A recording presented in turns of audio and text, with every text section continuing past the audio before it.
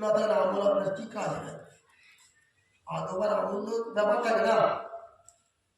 আপনার ভিতরে আদব নেই, মসজিদের আদবের ভিতরে পাওয়া যায়, মসজিদের ভিতরে জোর বলা কথা বলা যায়।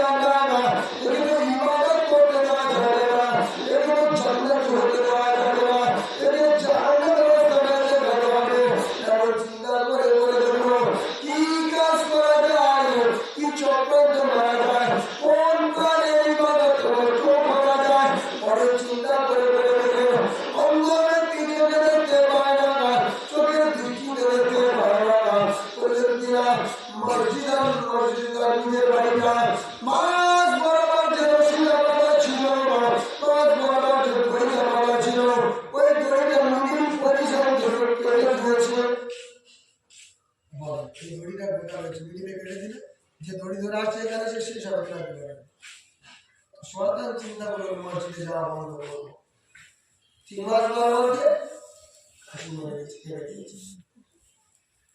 মুরগি জানে না দড়ি কাটা। ফজর আজান হয়েছে, মসজিদে নববী দাসী দড়ি ধরে আসছে, তো আস্তে আস্তে কিছুটা আসার পর দেখছে আর দড়ি পাচ্ছে না, কাটা পড়ে গেছে। মসজিদে নববী পালে দড়িটা কাটা পেয়ে গেছে, আবার ওই দড়ি ধরে মুরগি বাসায় ফিরে গেল। বাসায় ফিরে গিয়ে নিজের বাড়িতে নামাজ পড়ছে, নামাজ পড়ে অজর নামে খাচ্ছে।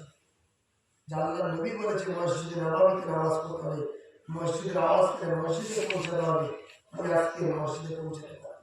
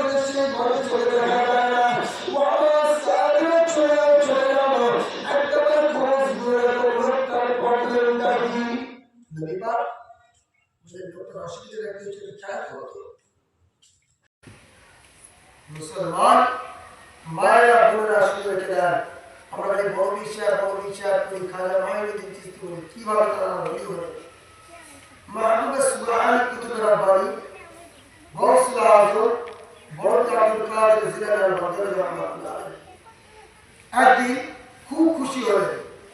এখন বলছে না ডক্টর জাকির নায়েকের হাতে শুধু কলেমা পড়ছে, হ্যাঁ এ কটা 10টা 20টা 15টা 100টা আর ওলিদের হাতে কতগুলো কলেমা পড়ছে দেখুন।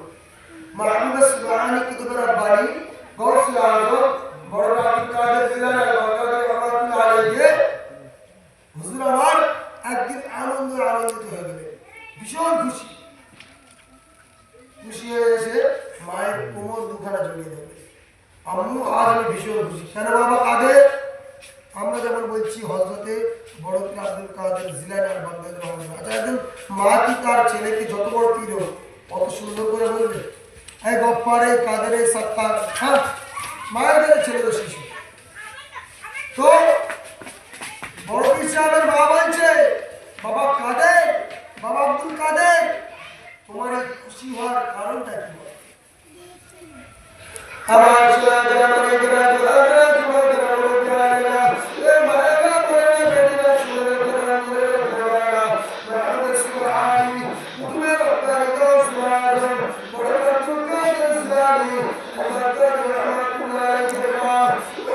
জিজ্ঞাসা করেছিল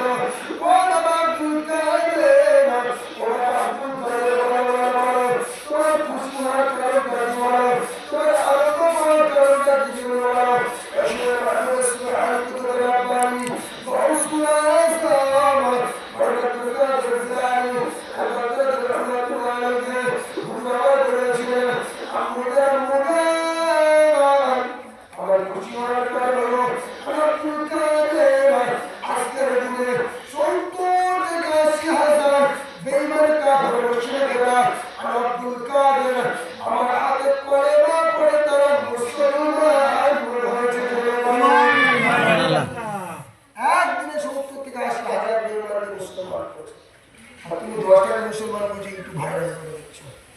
জীবনী পড়েছো? হ্যাঁ, বলিয়ে নেই নিজের দরবারে আমার কথা না। এই যে মুসলমান ওলিদেরকে খেয়াল করবে, ওলিদের মহব্বত করবে, ওলিদের মহব্বতের জয়গানটা কেরামত শোনে। ওলিদের মহব্বত শুধু আমি আপনি করবো কেন, বেজাতিরা করে উপকার পেয়েছি কিনা। আচ্ছা, এখান থেকে পুরোপুরাটা খুব কাছে আছে নাকি বলো, 20-25 কিলোমিটার, 30 কিলোমিটার ভেতরে। এই পুরোপুরা বড় ঈশ্বরের নাম হলো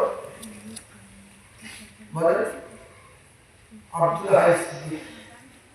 হ্যাঁ, হুজুরপুরা দিয়ে জলসা করছে। যেমন দেখবেন আমাদের বর্ণের ছেলেমেয়েরা হিন্দুদের হরিনাম কীর্তন বিভিন্ন রকম যে ধর্মের অনুষ্ঠান রয়েছে, আমাদের মুসলমানের ছেলেরাও সেখানে বসে থাকে, ঠিক কিনা? থাকে না? তো তদরূপ ওনাদের বর্ণেরও কিছু কিছু মানুষ আমাদের এই জলসা মাহফিলগুলোকে জিয়ারত করতে বা ওই দরবার দিয়ে কোনো জীবনী কিনে নিয়ে গিয়ে নিজের জীবনটা সেইভাবে চালাবো। আর একটা নিয়ে কি হাজার হাজার দোকান এসেছে, কিছু কেনাকাটা করবো, কম পায়, বিভিন্ন রকম লোক যায় যায় না। এই জন্য মুসলমান ওলিদের দরবারে যাবেন, ওলিদের জীবনীগুলো ফলো করবে। ওলিদের জীবনীগুলো ফলো করলে পৃথিবীর জমিনে কোন আল হাদিসের বাবার ক্ষমতা নেই পৃথিবীর দরবারে অনুসরণ করতে পারে। যদি আপনি ওলিদের জীবনী নিয়ে ফলো করে সেইভাবে তার জীবনটা আরম্ভ করেন,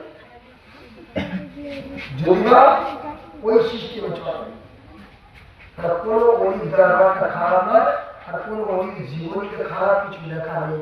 যেগুলো আমরা খারাপ করে থাকি সেগুলো নিজেদের ব্যক্তিগত মন গড়া ব্যক্তিগত রাখা, বুঝলে?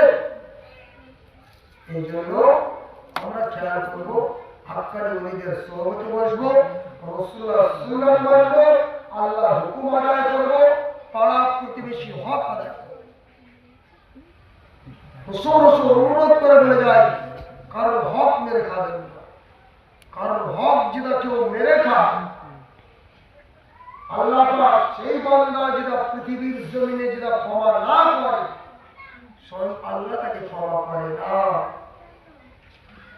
কারো হক মারবেন না, সে আব্বা মায়ের হক হোক, ভাই বোনের হক হোক, ছেলেদের হক হোক, শ্বশুর শাশুড়ির হক হোক, ইমাম মুয়াজ্জিনের হক হোক, কারো হক মারবেন না। হক মেরে যা কাউকে দুঃখ করে আঘাত করে, কিয়ামত পর্যন্ত আপনাকে ক্ষমা হবে না, এই বান্দা যতক্ষণ না ক্ষমা করবে।